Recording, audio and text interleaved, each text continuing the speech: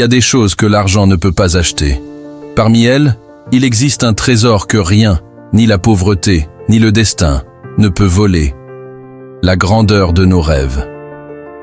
Et l'histoire que je vais vous raconter aujourd'hui en est la preuve vivante. Il était une fois Louis, un jeune garçon dont les poches n'avaient jamais connu le froid d'une pièce de monnaie. Ses petites mains, déjà usées par le travail, s'activaient du lever du soleil jusqu'à l'apparition des premières étoiles. Il passait ses journées à vendre de l'eau au coin d'une rue poussiéreuse, mais dans son cœur, il transportait des mondes entiers, des univers fantastiques. Personne ne voyait la richesse qu'il portait en lui. Les passants ne voyaient qu'un enfant aux pieds nus, vêtu de vêtements rapiécés.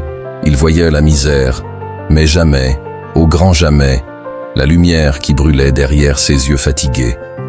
Car chaque nuit, à la faible lueur d'un morceau de charbon, Louis dessinait. Sur des bouts de papier récupérés dans les poubelles, il donnait vie à ses visions.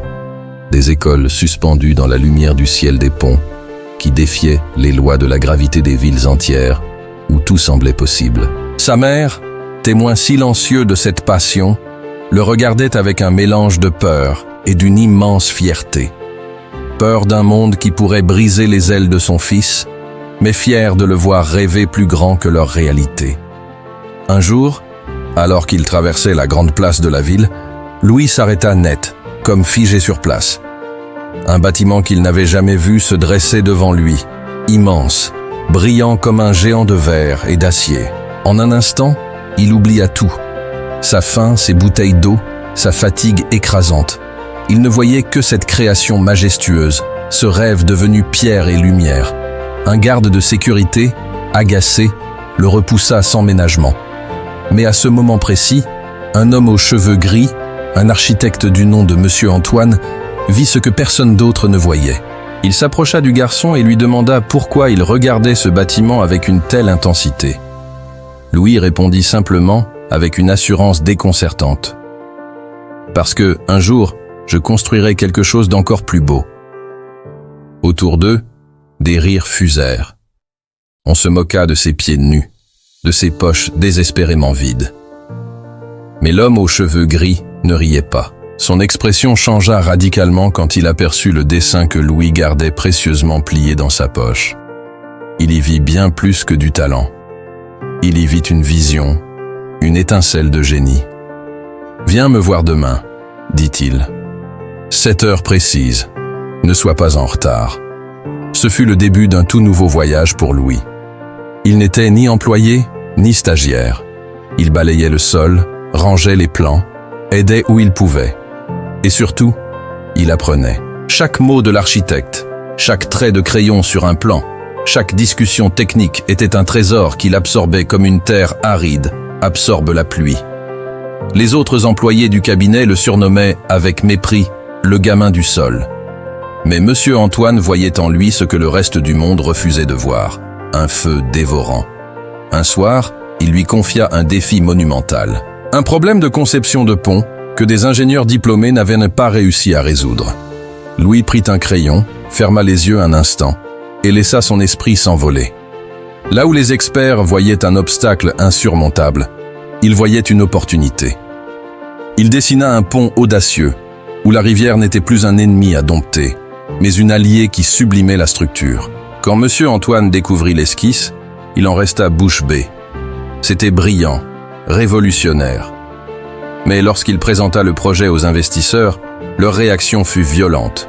Ils refusèrent d'admettre qu'un enfant des rues, sans éducation, ait pu concevoir quelque chose d'aussi génial.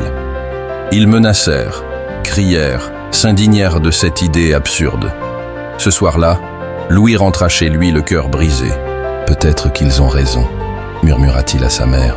« Peut-être que mes poches vides veulent dire que ma tête est vide, elle aussi. » Sa mère posa tendrement ses mains abîmées sur son visage et lui dit des mots qu'il n'oublierait jamais.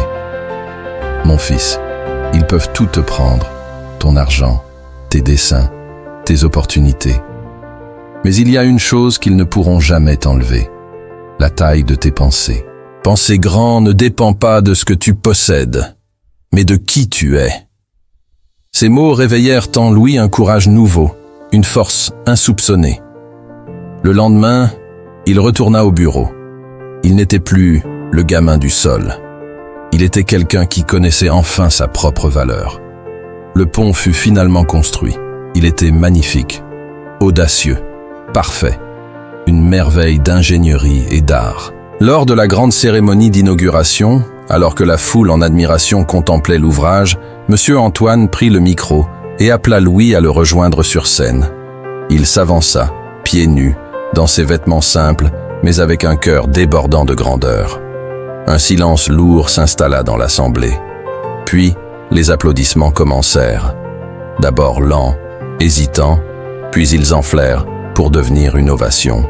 Louis prit la parole, sa voix calme et claire résonnant dans le silence retrouvé.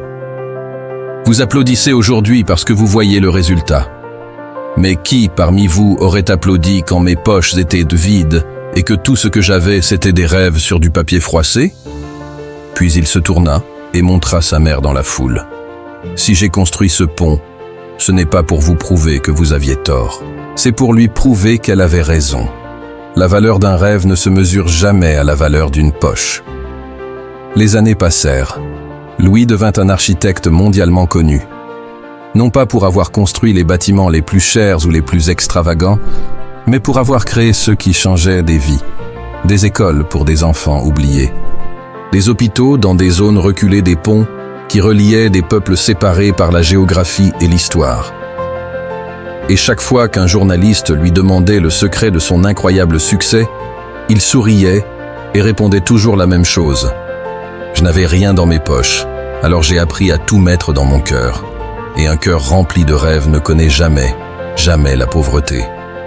Si cette histoire a touché votre cœur, laissez un j'aime pour qu'elle puisse inspirer d'autres personnes. Écrivez en commentaire le grand rêve que vous portez en vous, même si vos poches sont vides aujourd'hui. Et abonnez-vous pour plus d'histoires qui nous rappellent que ce n'est pas ce que nous possédons qui détermine notre avenir, mais ce que nous osons imaginer. Parce que penser grand n'est pas un privilège, c'est notre droit à tous.